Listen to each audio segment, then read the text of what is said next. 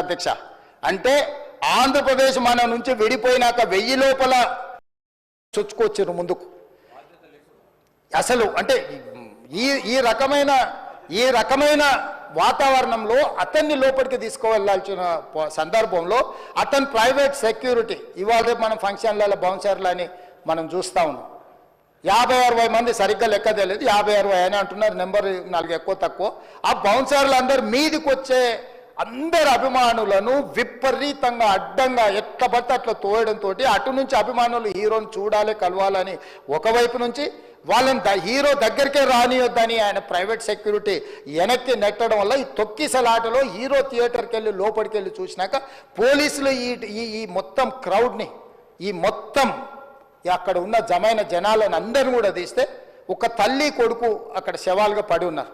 ఆ తల్లి అంత తొక్కిసలాటలు కూడా నేను ఆ వీడియో చూసిన ఆ తల్లి లోపలికి వచ్చినప్పుడు కొడుకు చేయి పట్టుకొని ఎంత జాగ్రత్తగా కొడుకుని తీసుకొని వస్తుందో తల్లి ప్రేమ ఎట్లుంటుందో అక్కడ నాకు చూసి నాకు అర్థమైంది. ఆ శవాలుగా మారిన తల్లి కొడుకు చేయి ఇడవలే అధ్యక్ష, అట్లే చేయి బిగ్గర పట్టుకొని పోలీసు వెళ్ళి చూస్తే ఆ తల్లి ఆ పిల్లగాడు ఆ తల్లి ఆ చెయ్యి వదలకుంటే కన్నబిడ్డను పట్టుకుని తల్లి చచ్చిపోయింది అధ్యక్ష.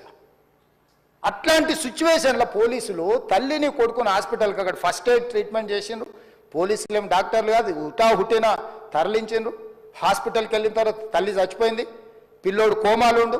ఆల్మోస్ట్ పోలీసులు పిల్లవాడు కూడా చచ్చిపోయింది అనుకున్నారు, బ్రెయిన్ డెడ్ అయింది ఆక్సిజన్ అందక ఆ అబ్బాయికి. సో ఆ సిచ్యువేషన్లో వెనక్కి పోలీసులు వచ్చి హీరో గారికి విషయాన్ని తెలియజేసి హీరో గారు వెళ్ళిపోతే హీరో ఎందుకు వెళ్ళిపోవాలనుకున్నారు పోలీసులు అంటే ఇంకా వేలాది మంది అభిమానులు అక్కడనే ఉన్నారు. హీరో గారు థియేటర్లో కూర్చొని ఉండడం వల్ల సినీ ప్రముఖులు ఉండడం వల్ల ఈ బయట జమైన వేలాది మంది అభిమానులు అక్కడి నుంచి పోకుండా అక్కడనే ఉండడంగా థియేటర్ లోపల కూడా బాల్కనీలో టాప్ బాల్కనీలో హీరో కూర్చుంటే కింది నుంచి పై వరకు వెనక్కి తొక్కుట పైకెక్కి హీరో చేతులు కలపాలని కోతులు ఎగబడ్డట్టు కోట మీదకి కోతులు ఎగబడ్డట్టు ఉల్టా పైకి తొక్కిసలాట జరిగింది అధ్యక్ష. థియేటర్ వాళ్ళు పోలీసులను హీరో దగ్గరికి వెళ్ళి చెప్పడానికి కూడా అనుమతి ఇవ్వకుండా థియేటర్ వాళ్ళు పోలీసులను బ్లాక్ చేశారు అధ్యక్ష. ఎప్పుడైతే హాస్పిటల్లో తల్లి చచ్చిపోయిన పిల్లగాడు కూడా ఆల్మోస్ట్ చావు నోట్లో ఉన్నాడు అని తెలిసి పోలీసులు వచ్చి ఏసీపీ వెళ్ళి చెప్పడానికి పోతే థియేటర్ సిబ్బంది లేదు హీరో దగ్గరికి వెళ్ళడానికే వీళ్ళదని చాలాసేపు పోలీసులను కూడా హీరో దగ్గరికి పోనీయలేదు అధ్యక్ష వాళ్ళ ప్రైవేట్ వీళ్ళు.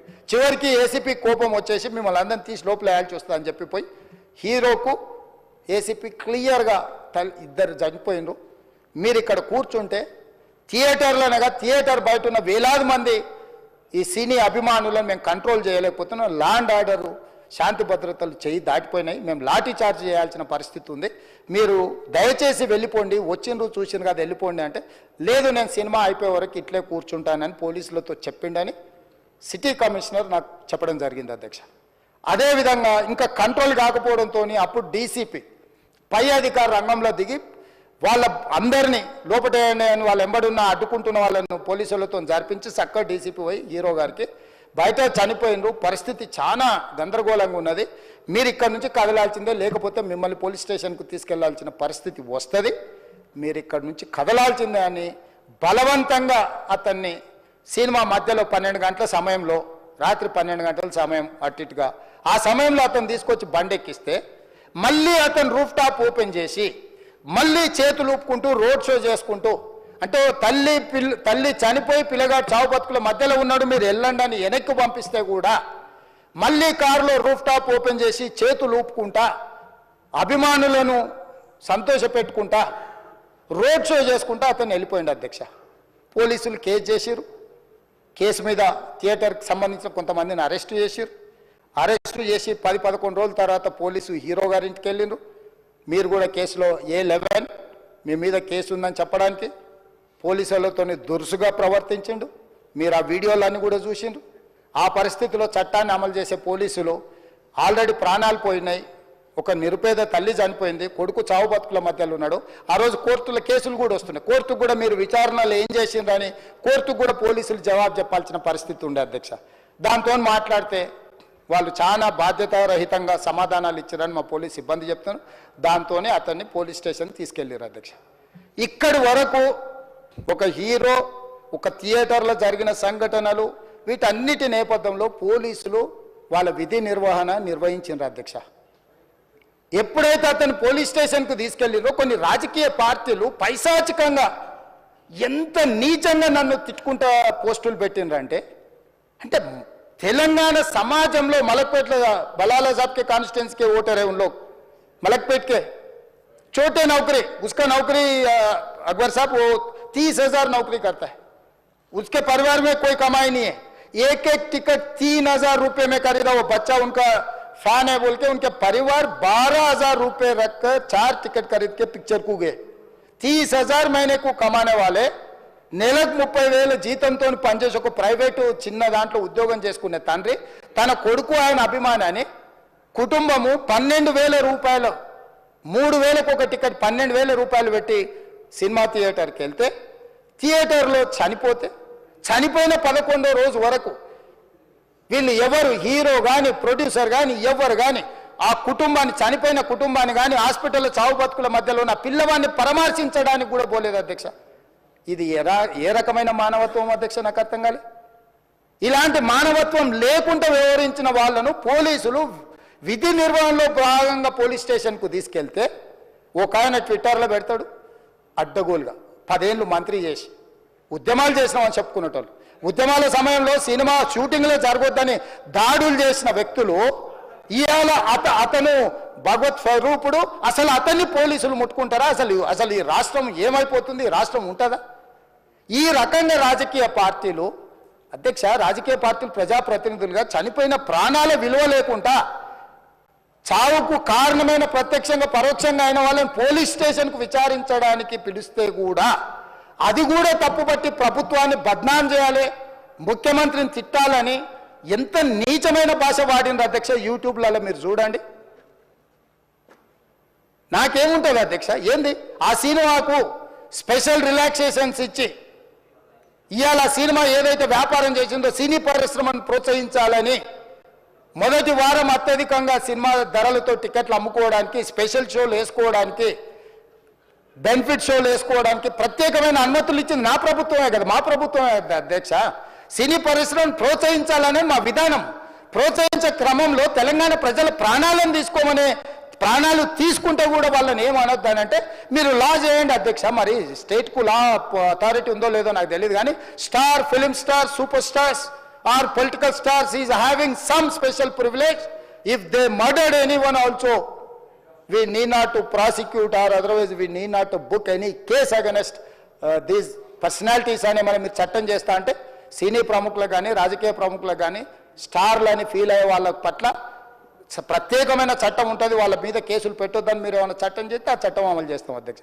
ఈ రోజున్న డాక్టర్ బాబాసాహెబ్ అంబేద్కర్ ఇచ్చిన చట్టం ప్రకారము దీనికి కారణమైన వాళ్ళను ప్రత్యక్షంగా పరోక్షంగా కారణమైన వాళ్ళందరి మీద కేసులు కట్టి పోలీసులు విచారణ చేయాల్సిందే బాధితులను శిక్షించాల్సిందే అధ్యక్ష సో ఈ రోజు ఆ కుటుంబాన్ని ఆదుకోవడానికి ఈ రోజు కూడా ఆర్థికపరమైన విషయాల్లో కానీ దీంట్లో కానీ వాళ్ళు ఎవరు పెద్దగా ఆసక్తి కనీసం సినిమా వాళ్ళు ఒక్కరోజు అతను పొయ్యి వస్తే సినీ ప్రముఖులందరూ అతని ఇంటికి వెళ్ళి అతనికి మొత్తం ఏదో కాళ్ళు చేతులు యాక్సిడెంట్లో పోయినట్టు కన్నీళ్లు గారుస్తారు ఈ సినీ ప్రముఖులు ఒక్కరైనా హాస్పిటల్కి పోయినరా అధ్యక్ష నేను సూటిగా తమ ద్వారా సినీ ప్రముఖులను నేను అడుగుతున్నా అధ్యక్ష తల్లి చనిపోయి 9 సంవత్సరాల పిల్లగాడు బ్రెయిన్ డెడ్ అయ్యి ఆక్సిజన్ అందక 20 రోజుల నుంచి హాస్పిటల్లో కోమాలో ఉంటే ఈ సినీ ప్రముఖులు ఒక్క రోజు కోసం పోలీస్ స్టేషన్ పోయిన ఇంటికాడ క్యూ కట్టి ప్రభుత్వాన్ని తిడుతున్నారు నన్ను తిడుతున్నారు అతన్ని పరామర్శిస్తున్నారు ఏమైంది అధ్యక్ష అతను కాలు పోయిందా కన్ను పోయిందా చేయి పోయిందా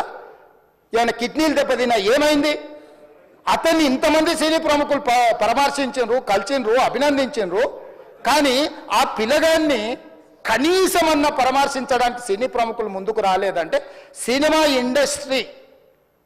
ఇండస్ట్రీలో ఉన్న ప్రముఖులు ఏం ఆలోచన చేస్తుండ్రో ఏం కోరుకుంటుండ్రో నాకైతే తెలియదు 100% जो भी अकबरुद्दीन ओवैसी साहब ने जो मुद्दा उठाए वो मुद्दा के लिए मैं ये बात कह रहा हूँ सचमुच बोल रहा हूँ ये शर्म की बात है 20 दिन के बाद भी इतने एक दिन के लिए उनको पुलिस स्टेशन को लेकर गए तो हाई कोर्ट भी इमीडिएट अजर्नमेंट मोशन लंच मोशन ले लिए उनका बेल भी दे दिए सब कुछ आधी रात को 11-12 बजे अपने लोग बोल रहे थे जेल का दरवाजा खोलो 12 बजे उनको छोड़ो अरे भाई कहाँ है प्रोविजन कहाँ से छोड़ू मैं कोई मेरा घर का मामला नहीं है मेरा घर का मामला है तो मेरा गेट निकाल के आने वाले जाने वाले को मैं बोल सकता हूँ जेल का दरवाजा मेरा हाथ में नहीं है कानून के हिसाब से चलाने का है मेरे को। रात 12 बजे अरे वो फिल्म स्टार है उसको छोड़ दो, भाई अगला दिन मैं रहे तो ना फिल्म स्टार को छोड़ने के लिए।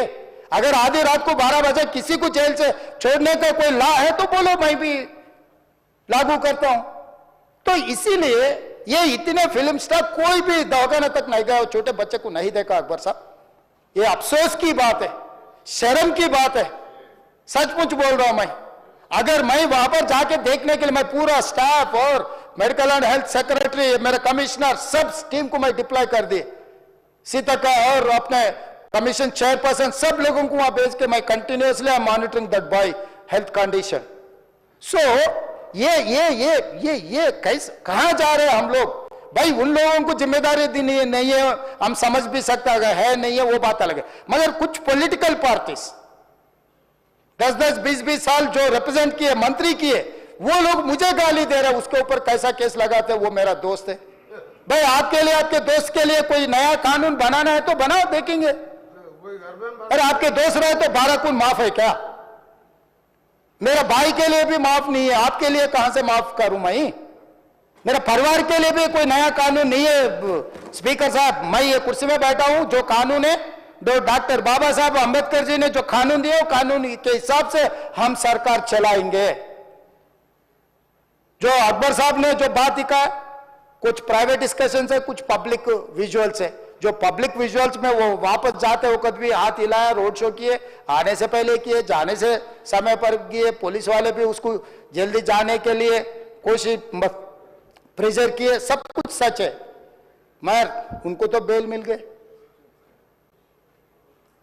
अभी कानून तो हम मानना ही पड़ता। तो ये हकीकत है, सचमुच है, मगर ये अफसोस की बात है। मैं फिल्म इंडस्ट्री जो बड़ा लोग है, मैं उन लोगों से गुजारिश करता हूं, इनह्यूमन नहीं रहना। आप बिजनेस कर लो, आप पिक्चर निकालो, पैसे कमाओ, सरकार से इंसेंटिव्स ले लो, सब्सिडीज ले लो, स्पेशल प्रिविलेज शूटिंग के लिए जो होना है वो मांगो, मगर किसी का हत्या होने के बाद, किसी का जान चलाने के बचाने के बाद, किसी का जान लेने के बाद आज स्पेशल प्रिविलेज मांगे तो ये सरकार में नहीं मिलने वाले। मैं जब तक मैं कुर्सी में रहता हूं तब तक नहीं देता हूं। मेरा जिम्मेदारी तेलंगाना आम जनता का जान बचाने का मेरा जिम्मेदारी है। उन लोगों के लिए कोई भी तकलीफ दिए, उन लोगों को कांग्रेस सरकार ने, मेरे सरकार ने छोड़ने वाला नहीं है।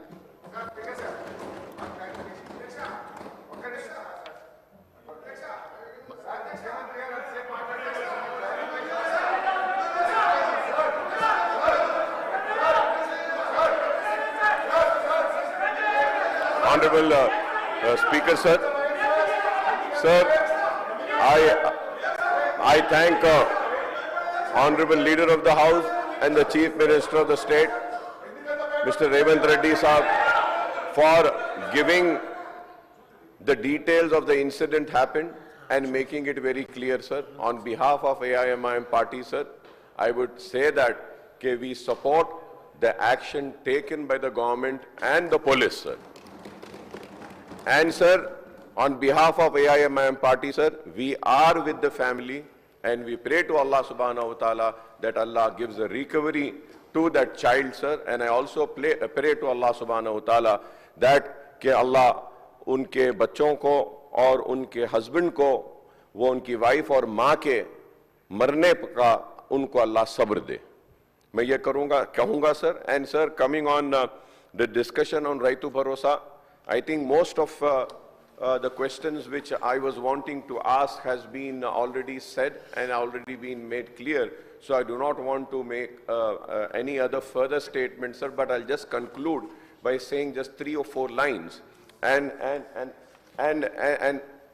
the most important thing which I wanted to just bring, sir, the Honorable Minister Saab was, at the beginning was asking if any suggestions or any advice are there can be put across. I would say, sir, my only suggestion and advice is that you already have declared a manifesto.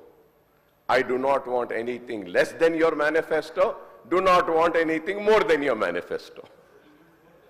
That's it, sir. This is what, and I hope that everything has been well addressed.